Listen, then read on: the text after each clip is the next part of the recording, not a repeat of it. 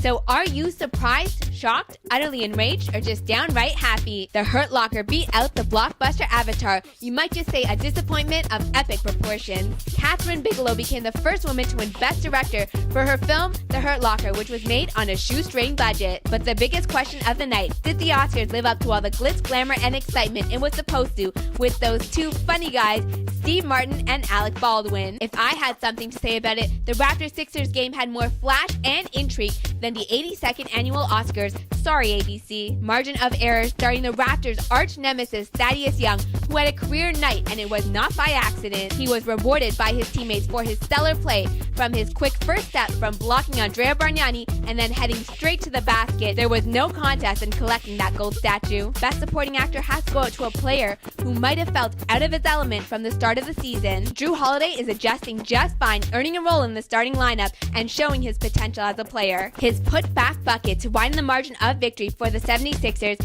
eased the tension of coach Eddie Jordan, as they had lost 5 straight coming into this contest. And for those fantasy owners that do pick up Jrue Holiday, they should all know that he might just have more than one breakout game this month. For the losers, the Toronto Raptors in this case, could not even acknowledge the 76ers, as missed opportunities and critical errors might have just cost them securing the 5th spot in the East. The playoff picture is heating up in the East from 5 through 8, with teams like Milwaukee, Chicago, and even the Charlotte Bobcats playing some stellar basketball. A nominee for Most Improved Player of the Year, Andrea Bargnani, sure had an off night. He couldn't even make his mind up of who to pass the ball to on an offensive sequence, which cost the Raptors their 16th turnover. While Jose Calderon was nominated as Comeback Kid of the Game, he brought the Raptors back down the stretch along with some help from Antoine Wright. Jose Calderon was firing from all cylinders from beyond the arc, deteriorating from the Sixers' zone defense. But for Jose Calderon, it was too much to put it solely on his shoulders. As the kid with potential, Jrue Holiday took it upon himself to support his team. He saw wide open gaps he capitalized on the Raptors' defense